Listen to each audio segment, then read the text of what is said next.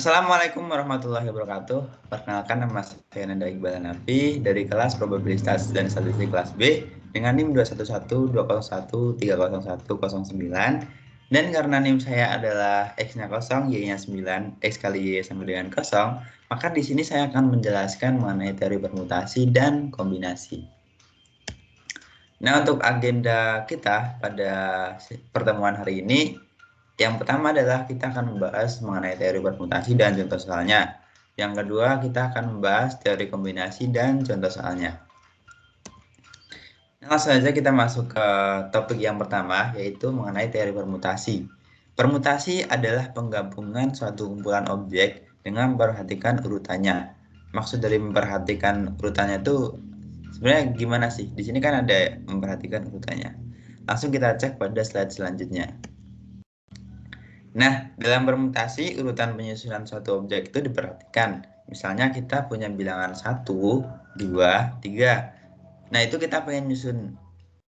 Nah, antara 2, 3, 1, 3, 2, 1, 1, 3, 2, itu merupakan sebuah objek yang berbeda. Untuk rumusnya sendiri, di sini saya mengambil dari salah satu website edukasi di Indonesia. Di sini tertulis ada 5 jenis permutasi dan ada 5 rumusnya ya. Yang pertama ada permutasi dari n elemen, tiap permutasi terdiri dari n elemen. Rumusnya adalah n faktorial. Yang kedua ada permutasi n elemen, tiap permutasi terdiri dari r unsur dari n elemen dengan r lebih kecil dari n. Itu rumusnya n faktorial per dalam kurung n min r faktorial. Yang selanjutnya ada permutasi dari unsur yang mengandung P dari R unsur yang sama. Nah, rumusnya adalah N faktorial per K1 faktorial, K2 faktorial, sampai KT faktorial. Selanjutnya ada permutasi siklis. Ini adalah permutasi yang menyebabkan terjadinya siklus atau circle. Rumusnya adalah N-1 faktorial. Yang kelima, yang terakhir, ada permutasi berulang dari N unsur, tipe permutasi terdiri dari K unsur. Rumusnya adalah N pangkat K.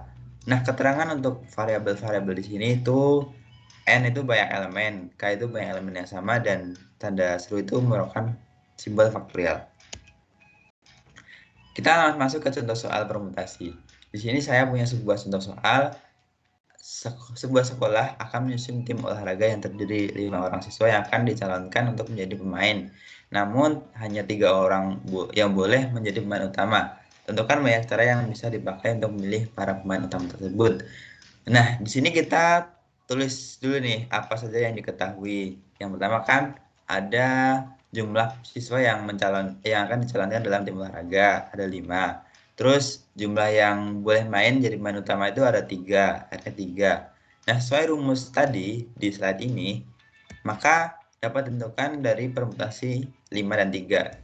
5 faktorial per 5 min 3 faktorial. Nah, nanti ketemunya adalah 5 faktorial per 2 faktorial sama dengan 60 cara.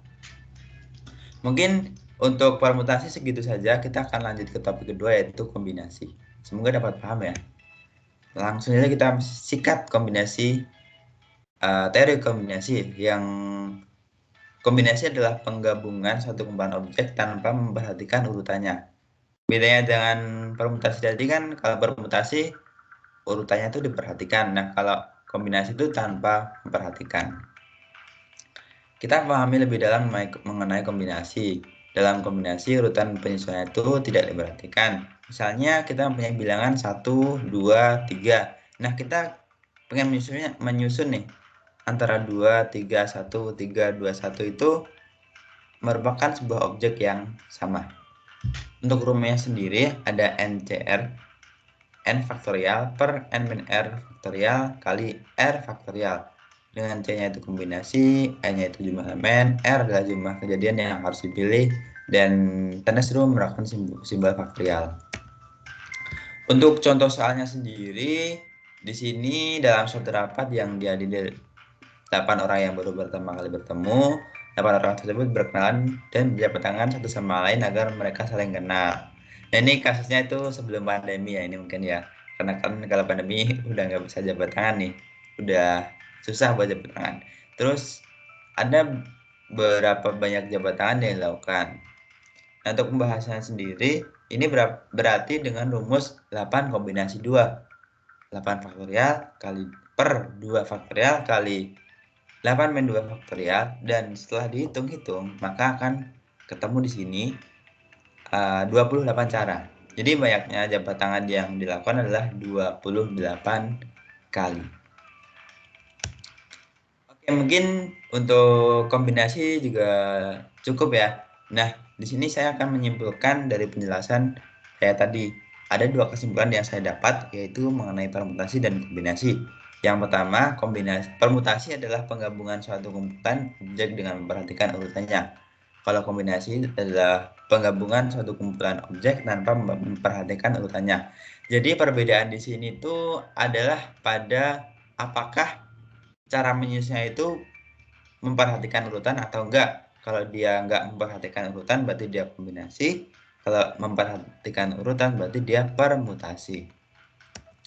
Mungkin segitu saja dari saya. Terima kasih telah menonton video penjelasan dari saya. Mohon maaf apabila ada kesalahan dari penjelasan saya. Terima kasih. Ya, akhiri wassalamualaikum warahmatullahi wabarakatuh.